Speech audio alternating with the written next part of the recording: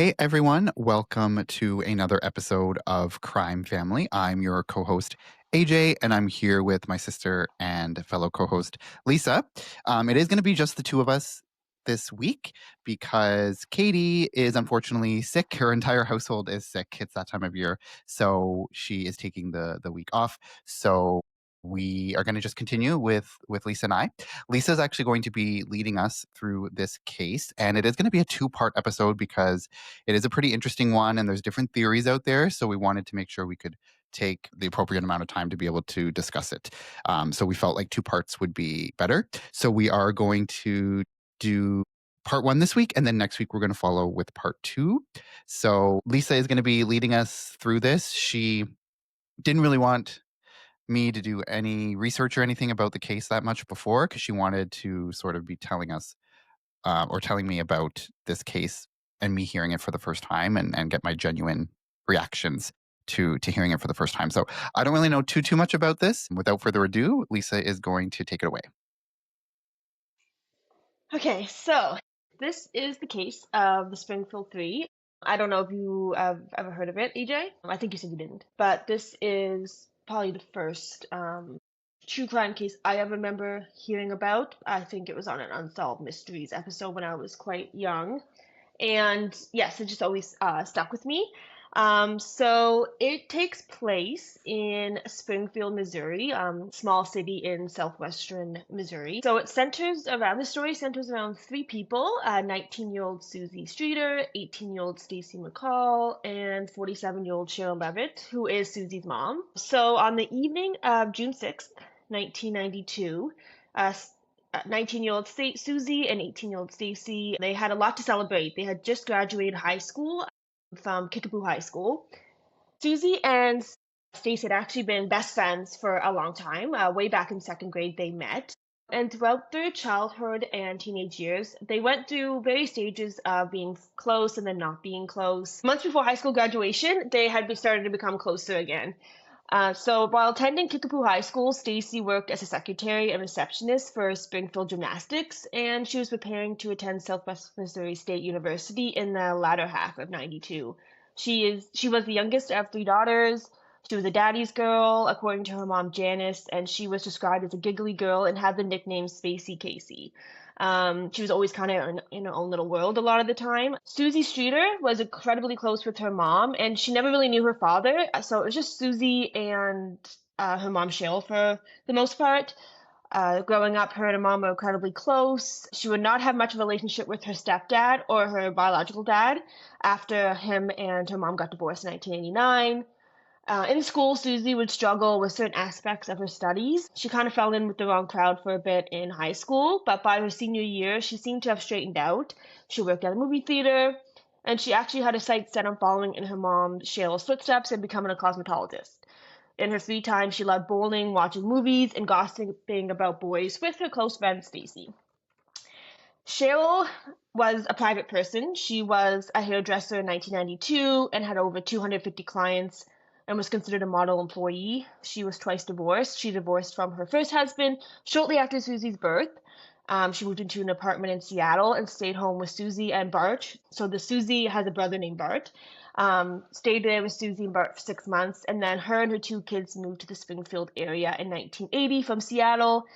And they actually had just moved into this house on East Elmer Street, the house where this all kind of takes place. They had just moved into this house in April of '92, so about 2 months before this all happens. So those are the three kind of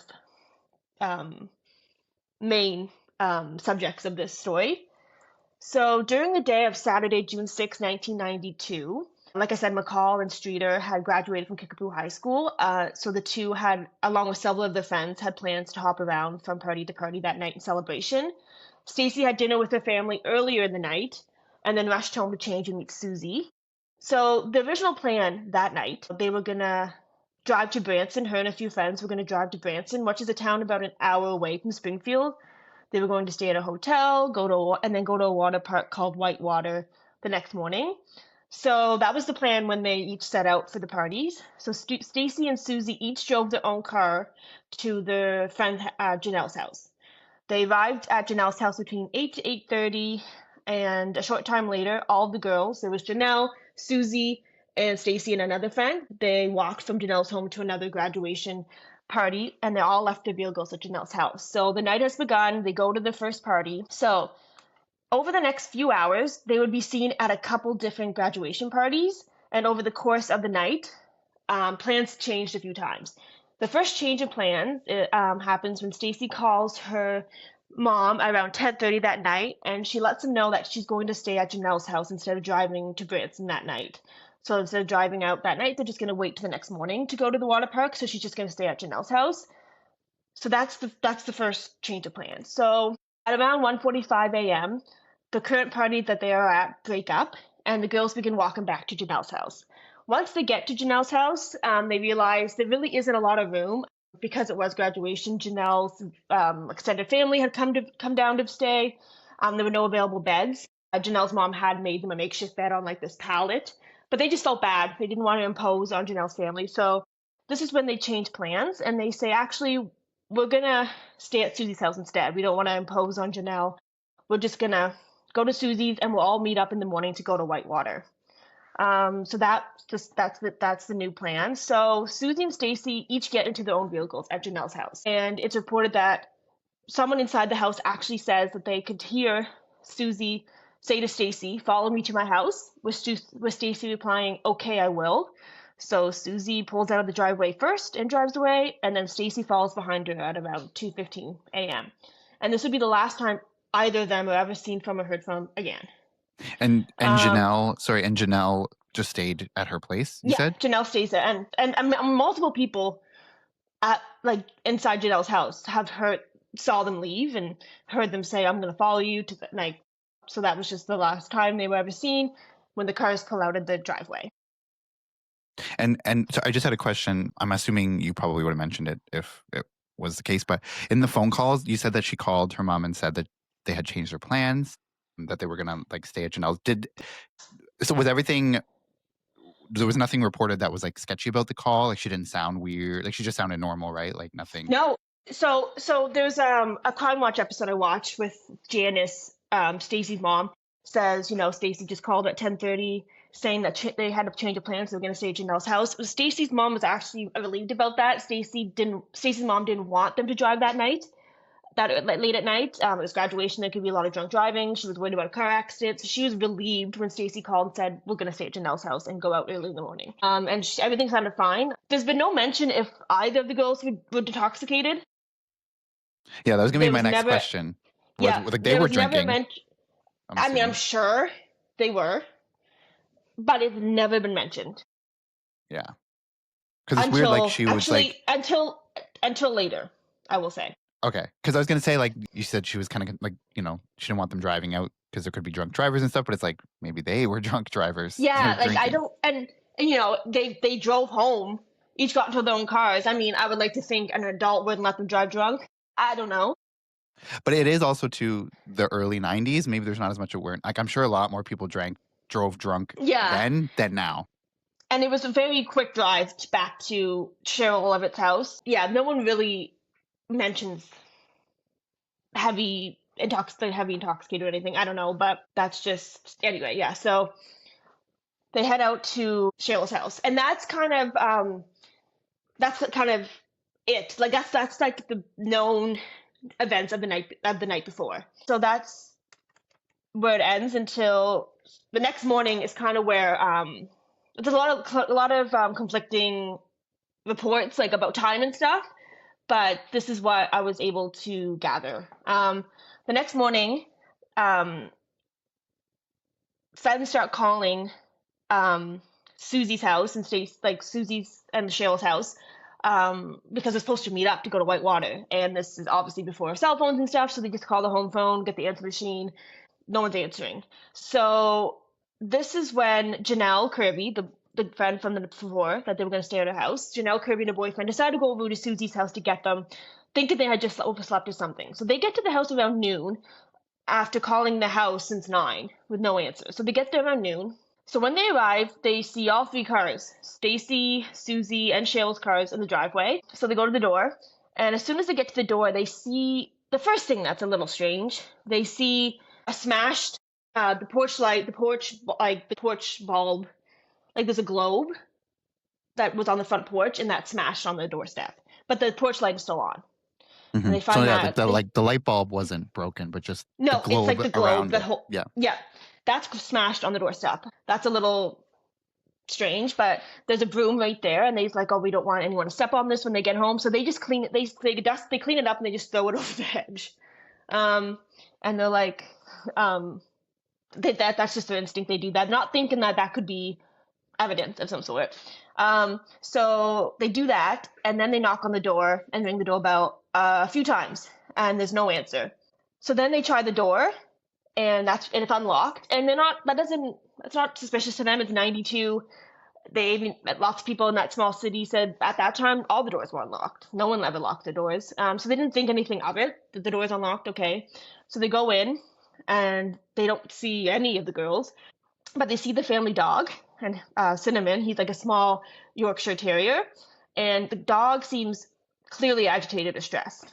But there doesn't seem to be anything amiss. The dog is just frantic. Nothing looks suspicious at all. All the girls' belongings are there, though. It's later said that like all three purses are lined up by the living room. I also saw reports that they were lined up on the stairs. But anyway, all three purses are lined up neatly, which is a little odd. And the TV's on, but it's all fuzzy, so it looks like maybe they had watched a movie and then they never turned it off. So creepy. Yeah. So creepy. If you walk in and there's like a fuzzy TV on, that's like yeah, horror it's like The movie Ring. stuff. Yeah. So, but nothing else is amiss. It's just no sign of the girls. And so they're looking around, and this is when the phone rings. So Janelle picks up the phone, thinking it's maybe them or something, and there's a man on the other line, and he starts making sexual comments and these gross noises right away. So she hangs up, and the phone rings again. So Janelle picks it up, and it's the same man, and she hangs it up again. The phone rings a third time, and they don't answer it, so it goes right to the answer machine. So by this point, a couple more people have come to the house looking for the girls, because this is a huge graduation trip to Whitewater, and they're not there, so everyone's kind of like looking for Suzie and Stacy. So one of the people at the house listens to the message and deletes it, thinking it's a post-graduation prank. There's been a lot of prank. Suzie said there had been a lot of prank calls leading up to this day, so they delete it. It's a gross prank call. They just delete it, not thinking anything of it. So by this point, there's no sign of the girls. So Janelle and some of the friends decide to go get something to eat, and they think maybe the girls did the same, and they'll be back later, and they'll reconvene and head to the park later. So they go out to eat, and they leave not overly worried. They're just a little perplexed if the girls went out to eat, why their purse is there and stuff. They're not worried. Yeah, I feel like your purse would be something you would take with you if you're going out to eat, buy Yeah. food, unless their wallets are gone. So at this point, no one has checked the purses. They just see purses. So maybe they're thinking they walk close, like all the cars are there. They grab the wallet and walk to grab some breakfast or something. So anyway, so some of them do the same. They try to go get something to eat. By this point, Nigel, who is Susie's best friend, she has arrived at the house. And she says, as soon as she got to the house, she noticed something off as soon as she arrived. So she says Susie's car was not parked in the usual spot. So Cheryl's house has like a semicircular driveway, and then there's a carport. Nigel says Suzie would usually park behind her mom's car in the carport if her mom was home. If her mom wasn't home, she would park in the circular driveway so her mom could get into the carport. But all three cars are in the circular driveway. None of them are parked in the carport, which is odd. So that's the first thing that she is suspicious about. A few other people arrive at the house, and they go in, they see the same thing. They're kind of perplexed, but no one thinks anything of it. It's not until hours later that it becomes apparent something is not right. So family and friends of Stacy have been trying to get a hold of them and can't reach them. So this is at around 5:30 that Janice, which is Stacy's mom, goes to Sherrill Levitt's house. And when she arrives, she sees the same scene as she initially says in an interview. When she got to the scene and she's seen all three cars, she was relieved. Okay, they're home now. And so she gets into the house, and she sees the same thing, all their purses and everything. So, but Janice, unlike the other people, decides to go through the purses. She's just very confused. She wants to know. She wants to kind of look into this a bit. So she goes through the girls' purses, trying to find clues, I guess, to what happened to them. So what she finds $900 in cash in Sherrill's purse and her cigarettes, which is very strange because Sherrill, I guess, was a chain smoker and never went anywhere without her smokes. So that was like kind of a red flag going up as well. Did you say $900? Yeah. Okay. It was like Seems a like a money lot. order. Yeah, just cash. So, and then also what I should mention is during the course of the day, like family and friends, they said there was about 20 people in the house throughout the day. Some of the friends and family decided to clean up the house. Not like it was a mess, but they do dishes, they take the trash out, wipe the counters, just trying to be helpful. Not thinking at all it was a crime scene. And they also fixed like a awkwardly bent window blind. They just decided to do some repairs. So just they're passing time until the girls come. And during that time, they clean up a bit. So when the girls are still nowhere to be found by 9 or 10 p.m. that night, this is when Janice decides to call the police. But she was super hesitant about it. She actually says in that Crime Watch episode that, 911 is for emergencies, and I was convinced they would come back any minute. It's actually like, I think it's Stacy's dad that convinces her you need to call 911. So they get called 10 o'clock that night, after the girls had not been heard or seen from all day. So the police first get called, notified, and they're on their way. And while she's waiting, Janice checks the answer machine for possibly some clues, because it looks like the light's blinking, some messages. So this, like I said, there was some reports saying the friend had deleted the message. Some reports saying the mom, she listened to the message once and then it automatically got deleted. And then she was never able to show the police. And it was never revealed what was on that strange message. It was just a strange message. It was never actually also verified if it was the same guy that had made the prank calls. And it's just a very weird little piece of the puzzle. So obviously no one did listen to it then.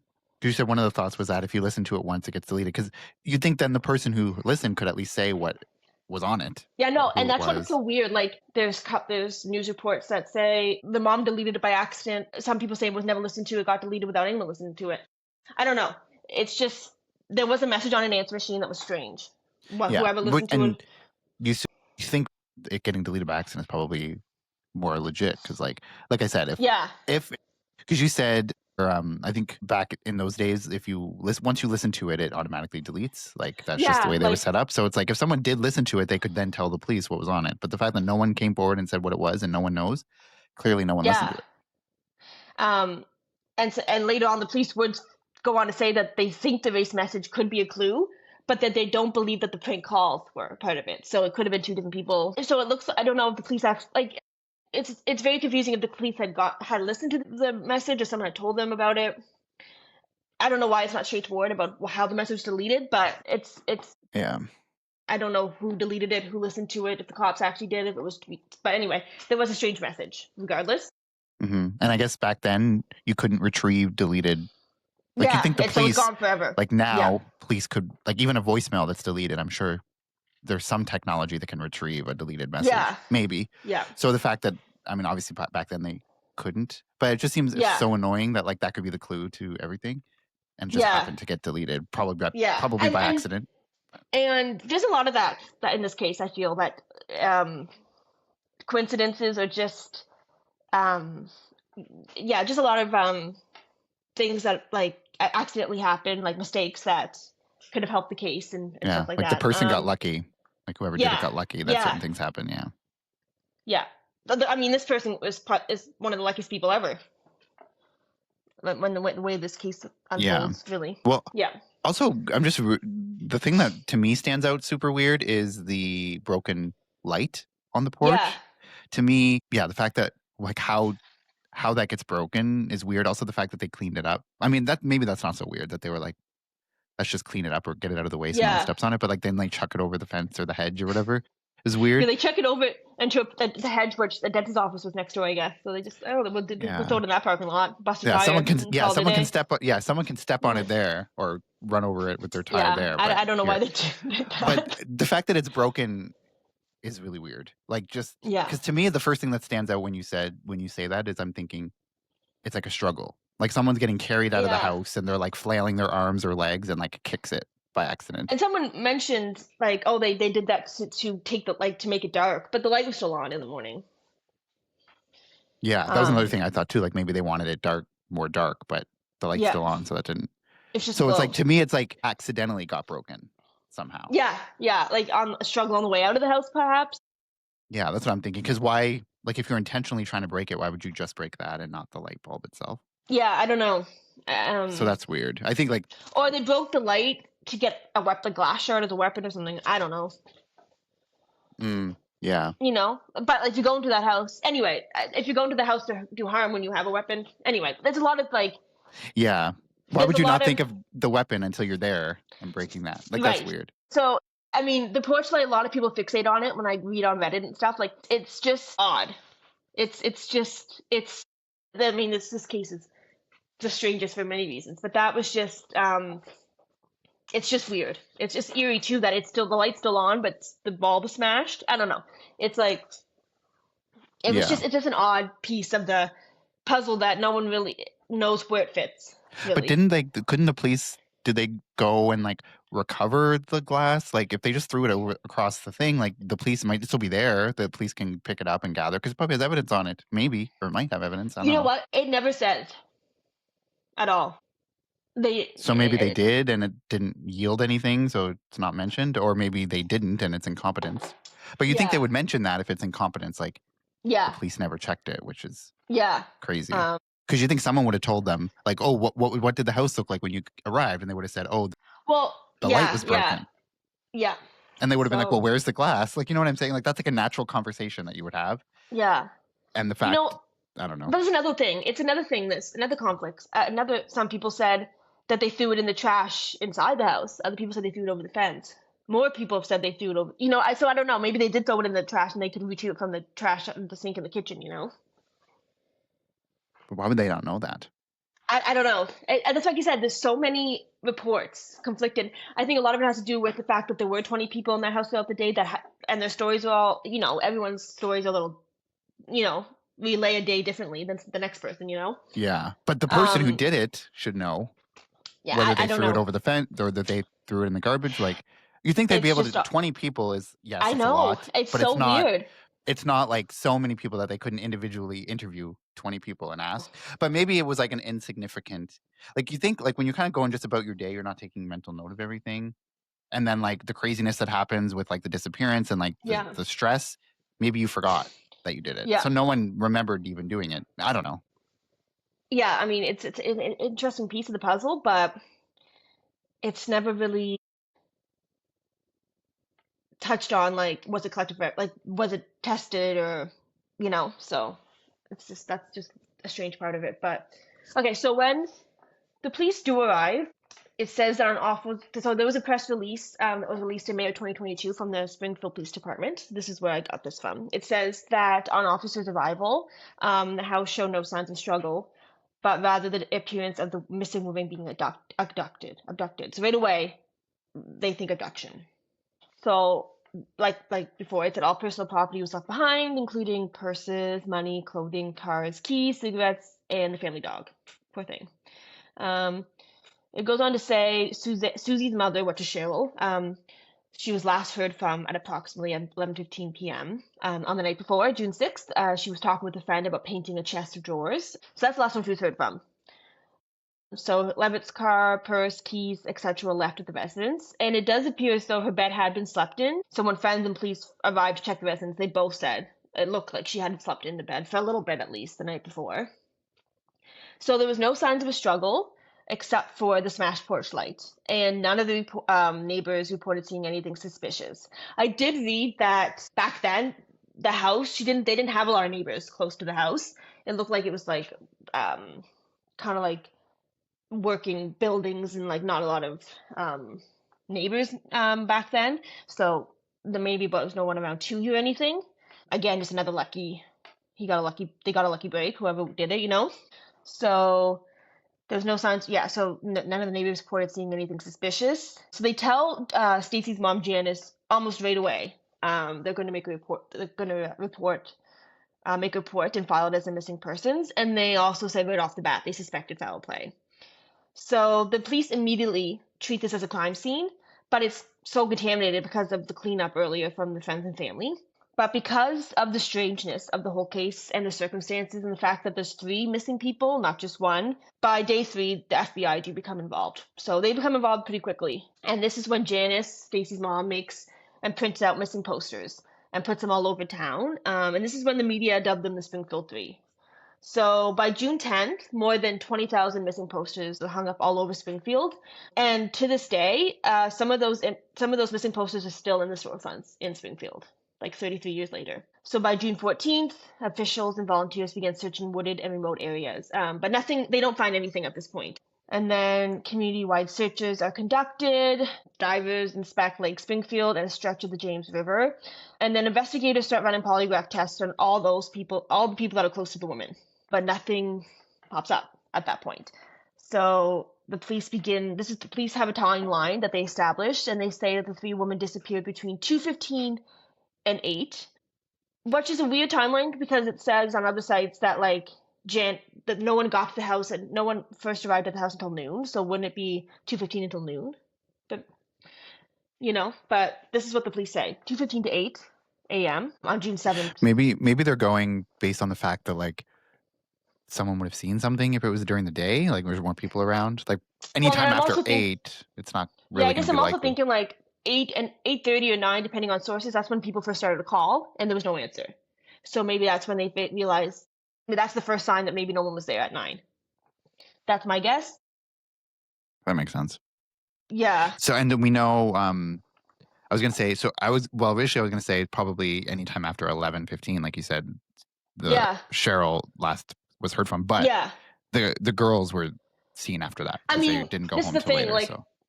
like something could have happened to Sherrill right after she hung up, and then the girls were last seen around 2:15 a.m. But Sherrill was last heard from 11:15. So it could, yeah. So. Yeah, and I mean, we go into that later, but unless something happened to Sherrill first. Anyway, it's just that's at 2:15 is when the girls last seen. That's just what it comes down to. So that is kind of that's like the crux of the story. Like this is so. What do you think about that so far? Yeah, it's before weird. we get into like leads and stuff. Yeah, really weird. Obviously, like I already said, my first thought was the porch light thing was weird. The TV being on, like static, was weird. The purses being lined up is weird. Like if the porch light hadn't been smashed, you could say, well, that's the only thing that makes it a sign of a struggle at all, was the porch light, because everything else was like so in place. So you're thinking like if the porch light came off because of a struggle, why is there nothing else that's out of place? Yeah. Also because of a struggle. Like if you're carrying someone out of the house, you'd think there'd be something else amiss that they hit. If they're flailing enough to knock down the light, like they could also be. And a FBI profiler and stuff do go into why that may be later. But yeah, I mean, super strange right off the bat. I think it's not often that 3 people go missing in the blink of an eye, and all the and no sign of a struggle. Yeah, I find that weird. Yeah, and also the thing you said too about the fact that nobody was like the 3 cars weren't in the garage or in the carport, but like so that means that there was another car maybe parked there. Yeah, that's what I mean. That car is gone. Did Sherill have a visitor and that was in the carport? That's why Sherill didn't park there, so the person could get out. And then when Stacy and also just like talk about this later, but Stacy and Suzie weren't supposed to be at that house. Like, they were supposed to go to Branson, and then they were going to go to Janelle's. And then they go, like, Stacy's mom didn't even know she was at Suzie's until she calls Janelle's house in the morning and says, can I talk to Stacy? Because Stacy had said she was staying at Janelle's. And Janelle tells her, no, actually, they went to Suzie's late last night instead. So no one knew. And I don't even know if Suzie had called Sherill and say, hey, Mom, we're going to be home. Like, maybe Sherill didn't even know they were home. Maybe she was sleeping when they got home. I don't know. Maybe she knew, like, she woke up and the girls came home and they all went to bed, said goodnight. I don't know. But, or they thought she was sleeping when they got home. Yeah, and it begs the question, like, well, was someone there when they got home was someone in the carport park when they got there at 2:15, in the morning, or 3, whenever they got there. So yeah, it's just so many questions. It's just very strange. Yeah, I mean, my thought is that somebody came over after she hung up the phone, after Sherrill hung up the phone. Maybe she was seeing someone, who knows, or maybe it was someone she knew, whatever, came over, parked in the the garage or the carport or whatever. And then maybe that person did something to Sherrill, and then the girls came home and like walked in kind of in the middle of it. And that's why they also were taken or something happened to them because It's just they like, had seen this person. where did you But do also, something to Cheryl though? There was no blood. There was no no sign of any attack ever happening in that home. So where did he put did he put her in the van? That was maybe had a van and he put her and then he went to clean up. I don't know if you would. I mean, I guess you would try to clean up. but I think Yeah, I don't if it know. was someone that she knew, then it could be very easily could have gotten her into the van under like a false pretense. You know, like Yeah, she went willingly. Like if she knows this yeah, person, they went yeah, somewhere. But then also the girls going too. I yeah, don't know, because like, yeah, or maybe like maybe. But I was gonna say maybe like this person poisoned her, so there wouldn't be a sign of a struggle. Like if she had taken something. yeah, And then she just and like passed out or whatever, and then he takes her out of the house. But then also the yeah. two did the same thing to the two girls. I don't know, because there's a whole scenario of them like walking into the house. We don't even know that they got into the house Well, necessarily. Well, their purses are there though, I guess, so they did. yeah. So it says so first responding officer, his name is Rick Bookout. He said, in his opinion, it looks like the girls had come home. They went into the bedroom and they did get ready for bed. So they did make it home, and But how does he know they got ready for bed? so it says it was reported that based on the items in the home, it seems Stacy and Suzie had already gotten ready for bed at the time they disappeared. Their jewelry was left in the bathroom, along with damp cloths that they believed had been used to wipe the face, wipe the makeup off. Stacy's shorts were folded and sitting on top of his shoes. Cheryl's bed looked like it had been slept in, and all her personal belongings were left behind. Another police officer, Tony Glenn, he said that the only thing unusual about the house was that there was 3 women missing from it. He said you just had this feeling that something was missing, that something had to be missing, but there wasn't. It was just them missing. Like there was nothing that pointed to where they possibly could be. So it also said Stacy's shorts were folded and sitting on top of his shoes. So Stacy didn't even have shoes. They went out. So they went out in their pajamas. I'm guessing, like what Well, and they. these were clothes, and jewelry that they were known to have been wearing that night. I'm guessing. I mean, I Like don't maybe that know. was other, because I was thinking Yeah, if that was the stuff people said they knew they were wearing and the jewelry was very specific. Like and it otherwise, could. they might not have even made it into the house, or though their Yeah, purses were there. So obviously they did. I don't yeah. know. Everyone says that they made it to the house. That was never disputed upon. Okay. So obviously there was nothing happening at the time they got to the house because they Right. got into the house, got ready for Went bed, for put their bed. pajamas Everything on. was. Like, Yeah. yeah, but like something could, that's what I'm saying. Maybe it's something like, I don't know. Cause I'm thinking like maybe somebody came over, like maybe something happened to Sherrill and it was happening in Cheryl's room. Like maybe Yeah. this person was in there with her. She was maybe unconscious or dead in the room. They didn't know that. They just come home. It's late. They assume she's Yeah. sleeping. They go upstairs. And then like this person that's in the house is maybe like freaking out and then has to like come up with, and then somehow does something where there's also no struggle from them. Right. So maybe which makes me think there's more than one person, because that's a lot for one person to do, like 3 people. And like no, be honest, you go into that later about what they think, how many people. It's just perplexing for sure. I don't even. This is why it's one of the most mystifying cases out there. I Yeah, because mean, also, and if there was someone parked in the if there was another car there, you think that maybe would they maybe have been suspicious of that, like when they came yeah, home, like the 2 and I feel girls, like yeah, but maybe not. Maybe they knew. Maybe her mother was seeing someone and they knew that car. yeah. So there's a theory that comes up that actually kind of could be plausible that I found out, but I'll go into that a little later. But yeah, I mean, it's just, and of course, back in '92, there is no dash door cam, there is no cell phone records, there is no phone towers, really. You know what I mean, to track cellular Yeah, movements. and even DNA might even still be relatively new. Like I know Yeah, it's and around, I there believe was then, but nothing to collect. I mean, there was 20 other people in that house that day, but also like Cheryl and Susie could have people over all the time. How did they know? Anyway, there was no way to tell if DNA, whose DNA to even follow. well, I want to I don't know know. whose DNA. I feel like that's why the glass shards are important.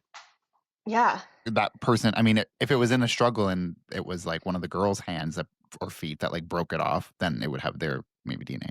Wouldn't have yeah, necessarily the person's, but yeah, still a good place to look. That's why that was one of my first questions. Like, well, where's the glass? Who tested yeah. it? Like, what came up out of that? But nothing. And I feel like if something significant came from it, it would be noted. But yeah, that's why I'm thinking either they did test it and nothing. But usually they say that. Like usually they'll say nothing.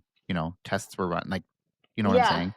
yeah, The fact that it's just not mentioned at all is weird. So it makes me think that yeah, they didn't even test it or even look at yeah, it or think about it, because yeah, you think they would. Usually it would say the glass was tested, nothing came of it, or no leads were produced. yeah.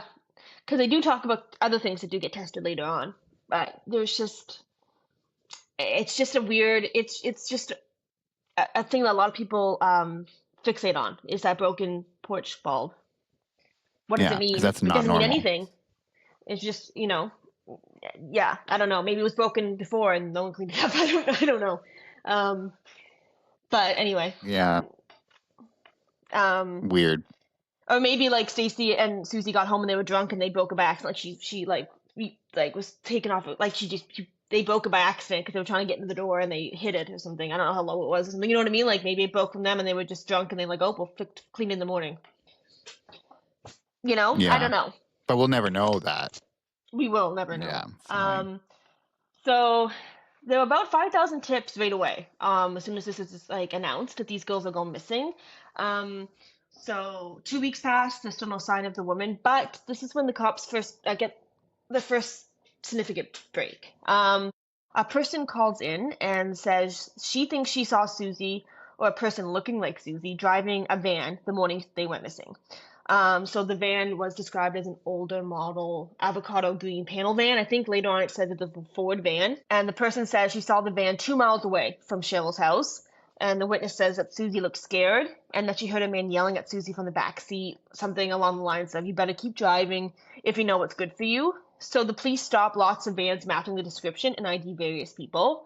Police even park a lookalike van in front of their station, hoping it will jog someone's memory when they see it. But this lead about the van hits a dead end and goes nowhere, basically. Additional witnesses then come forward saying they saw this van in different areas of Springfield after the woman's disappearances. Another man told police that he saw a blonde female sitting in the driver's seat of a similar vehicle in the parking lot of a grocery store. The man said that he wrote the van's license plate number down on a newspaper as the vehicle seemed suspicious, but the man threw the paper away before contacting investigators. So police hypnotized this guy. He was only able to provide the plate's first 3 digits, which I feel like, start there and then interview everyone that has the first 3 digits. Yeah, like the first 3 digits that match in the same car, similar car.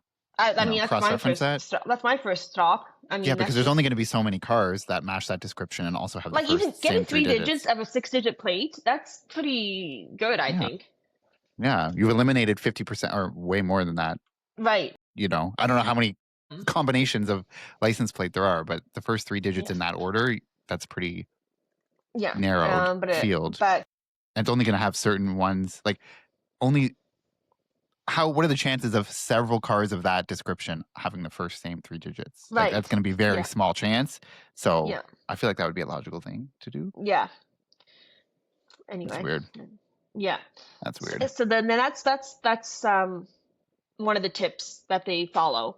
And then there's a server at a steakhouse, which was actually one of Cheryl's favorite places in Springfield to eat.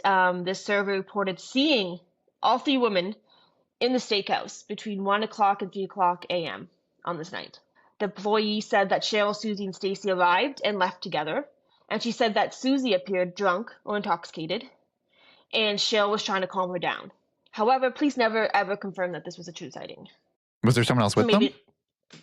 Nope, just the 3 women going out at 1 to 3 for steak, I guess. And without their purses. Yeah. Maybe there's no security cameras that they could check. There was never confirmed that these girls were actually there that night.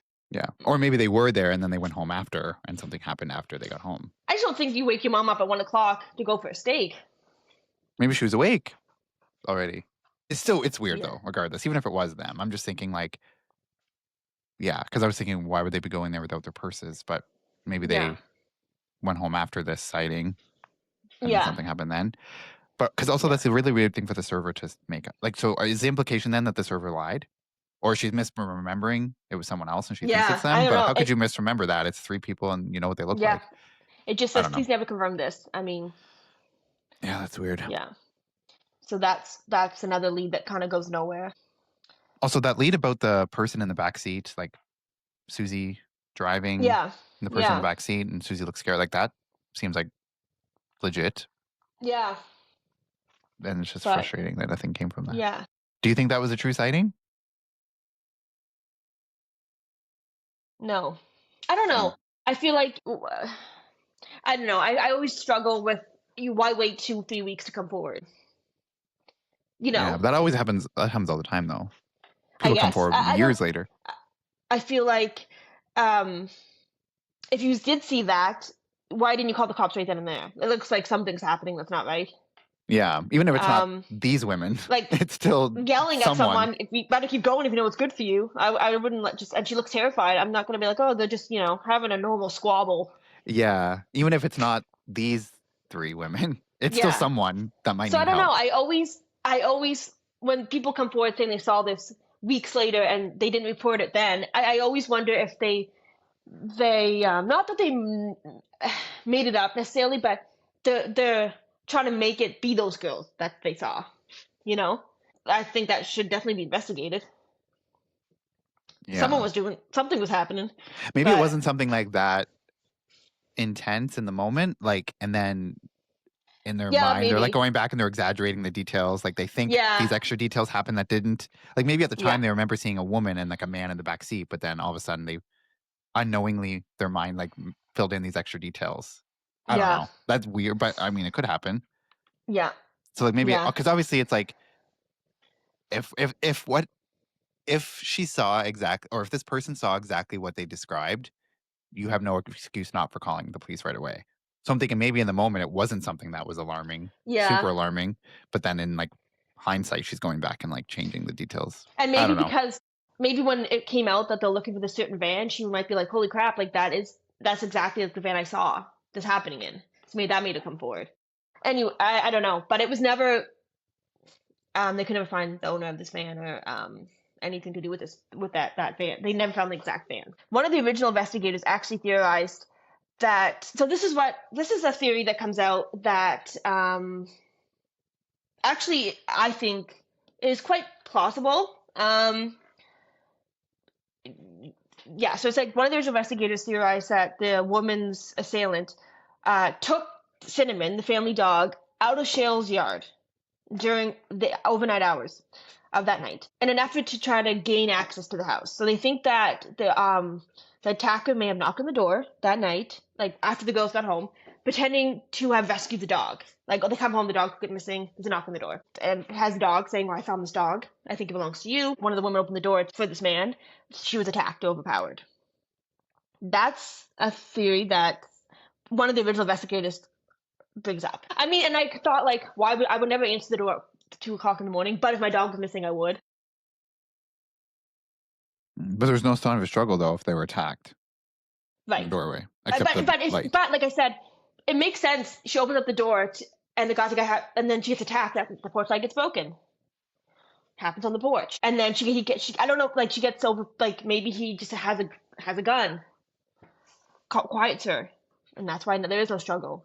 I don't know. Yeah. I don't But know. that's what I was going to say too before was like they could have been threatened. Like they could have been taken out of the house at Yeah, gunpoint and they're not going to struggle. So that's why yeah, there's nothing out of place except the light. yeah, But and then that doesn't explain the yes, light getting broken. right, Like if they yeah, did leave without any type of struggle or fight, why is the light broken? yeah, But also, why the dog theory is weird to me. Like I don't know if I completely buy that because like, yeah. But it was interesting. that's I mean, like it's a weird theory. Like, oh, maybe the dog was taken as a ruse. Is that what you're saying? like Like it's someone came in and took the dog so that the wood be missing, and then they could go later and pretend they found the dog. yeah. I don't know. Like that's It a weird, yeah, elaborate like thing to think of as a yeah. theory. I Like just why would they think that? To me, that would be the one thing, one of the most possible reasons why you would answer the door at 2 a.m. Yeah, like I think it makes sense. Like that's something that someone could do, but it's just like a really Yeah, random theory for someone to think like happened. it just happened to be the dog was out in the backyard. Like, and there's no reports that like maybe did Cheryl let the dog out? Was Cheryl up at like? There's no reports that Cheryl was calling around saying your dog's missing. Like, you know what I mean? Like, I don't know. That also doesn't But explain why the cars are parked not in the carport. Like I think yeah, it's more likely that it was someone that Cheryl knew that yeah, parked there, yeah, and came over that's and parked there. Yeah, and that's what a lot of people think, like including Nigel, like Susie's best friend. She definitely thinks because there was no sign of a struggle, the person that took them knew them. And a few other police officers agree with that too. I think if it being a random person, or I think it being someone that they know, kind of checks off a lot of the boxes.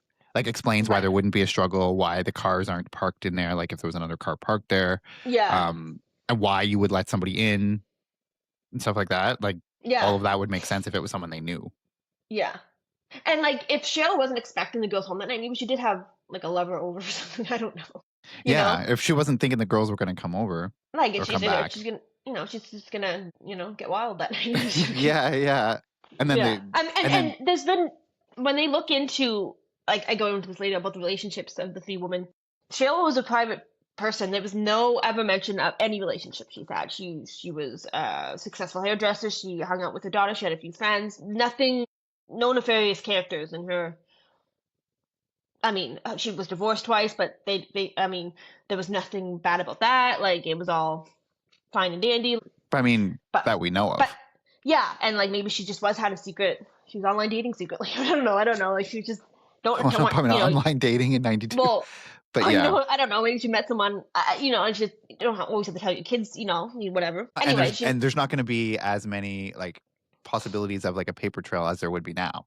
Like, yeah, you could search someone's phone if they're on dating apps, or you could see text messages. Now then none of that, or yeah, then none of that could happen, yeah, right? So it's like she would have probably been talking to this person in face to face or yeah, on the phone, but it's not easily as trackable or traceable, I guess. yeah, yeah, So I think maybe she did have a secret lover or something, and then that yeah, person maybe, and that's why no one in her no one that she knew knows about this person, so they yeah, can't think, oh, this person's kind of sketchy. You should look into them. Like, yeah, yeah, yeah. I don't know. I So think I'll that's just talk. So I'm just gonna talk. I've been doing this already, but like I'll touch on some more like theories. Not, but there's a couple I'll go into a little bit more. So the first leader theory is called the unknown man. So a neighbor reported to investigators that in the days leading up to the disappearances, there was a strange transient man in the area. But this neighbor, they did a composite sketch of this man. They even did like a photo lineup. And the neighbor failed to identify this guy. And the police don't even know still today if he holds any clues to the case. He was just a weird homeless man, apparently. But that is a theory that is a lead that they kind of pursued for a bit, the unknown man. Another one is they look into Suzie Streeter's relationship. So I had mentioned earlier she kind of fell into a wrong crowd. She didn't always pick the best guys to go out with. So she had an ex-boyfriend named Dustin Ruckla, and so according to sources, he apparently when they broke up, he had a grudge against Suzie. Ruckla and his friend Michael Clay were actually facing vandalism and theft charges. So they actually had robbed him on his mausoleum and was stealing like gold teeth from skulls, like the losers they are. And then when Suzie found out about this, she actually broke up with Dustin. And because she knew about this, Dustin and Michael believed that it was Suzie that ratted them out to the police. And Suzie actually had planned to testify them against them in court. I guess the court case was going to be a few months after the disappearances. So the police interviewed these two men, but they had alibis for the night. And then went questioned further. It was never explained what their alibis were, but it was good enough. They had rock solid alibis, and they weren't questioned further. But that was a lead for a while.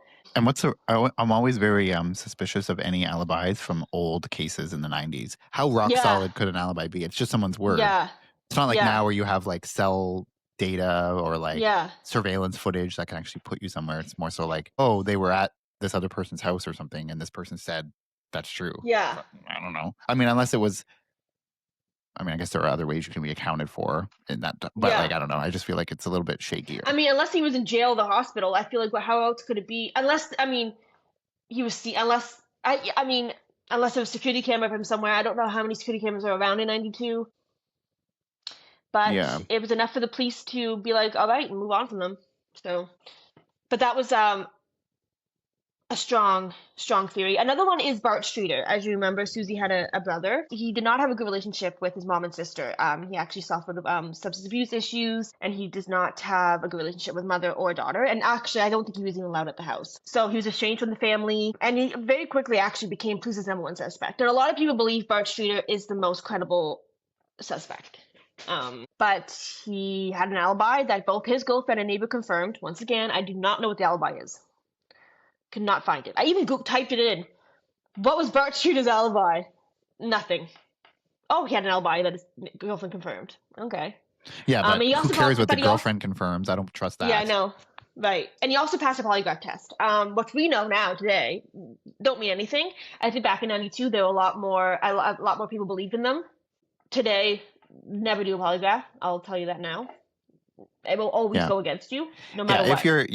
For anyone out there listening to this, PSA, never do a polygraph for any reason. Never. Ever. It's not admissible in court anyway, so why do it? Yeah. I mean, I know that your refusal to do one, your refusal to do one will make people think you did it. Yeah. But it doesn't matter. Whatever. Just don't do it. Yeah. Yeah. So, but because he was cooperative, he offered to do a polygraph and he passed it, he was removed from the suspect list. Until years later, he actually got arrested again, and they started looking into him again for this, but once again, he was eliminated. And now it's also another one. In 1992, so on New Year's Eve in 1992, some man calls America's Most Wanted hotline, and police actually believe this man had prime knowledge of the abductions.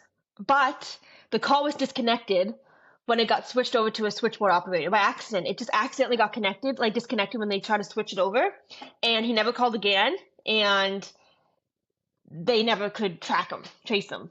So that's another thing. Like, he got lost, like circumstances, or something happened where So they believe that person was the one who did it, or that person just knew information. I don't know what was said on that. What this man said on the America's Most Wanted hotline. What he told police, but based on what he said, police believe that this guy really did know what he was talking about. But it was connected before when the switchboard operator tried to transfer it to the police or to whoever. Why would you not call back? Like, you obviously cared enough to call initially. That's the weird thing. He never called back, and they never traced it. I mean, I don't know. By 1993, investigators announced they are looking at the possibility of a serial killer, which that's a whole thing that we will get into next time. And then at one point, they search a farm and find some items of interest. What they find has never been revealed to the public. They don't know why they went to this certain farm. But they did find some stuff that's never been revealed. But it still wasn't enough for them to even hone in on anybody, one person. In 2002, investigators went to a concrete company in Webster County after two women told police that there was men there who drove a green van, which appeared to look like the one the police were looking for. So cadaver dogs were brought in to hit on three spots, and bones were recovered. But after testing, it turned out to be far too old to belong to any of the three women. Did they find out who it was? It didn't say. I'm just gonna go quickly over prominent things over the years, and then just touching on certain dates that police got tips and stuff. In April 2003, there was a tip that led investigators to a farmland south of a place called Cassville. They dug two big holes, but unfortunately, they only found they found two pieces of possible evidence. Possible blood in the section of a green vehicle. Perhaps it was sections of that green van. Witnesses say they saw Suzie driving back in '92, but the blood was sent for testing, but the results came back inconclusive. Yeah, so that's I have three more kind of big theories that have a lot more to it that we can go into next time. But that's basically the timeline of things that happened up until So I think we'll wait until the next time to do those other ones.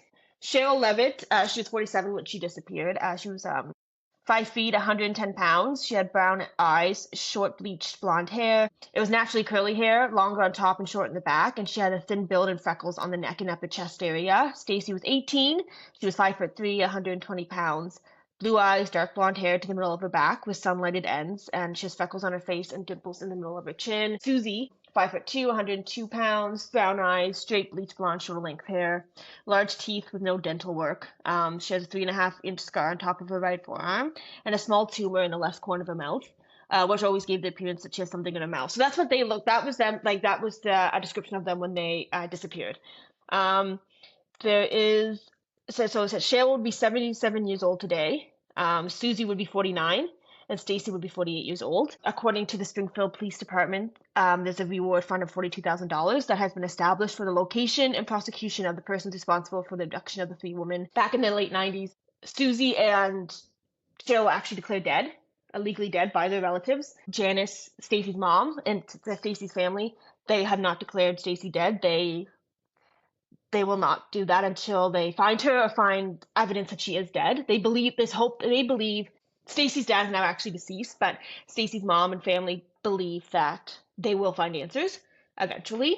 So it says anyone with this information about the disappearance of Sherrill Levitt, Suzie Streeter, and Stacy McCall is asked to contact the Springfield Police Department at 417-864-1810 or Crime Stoppers at 417-869-TIPS.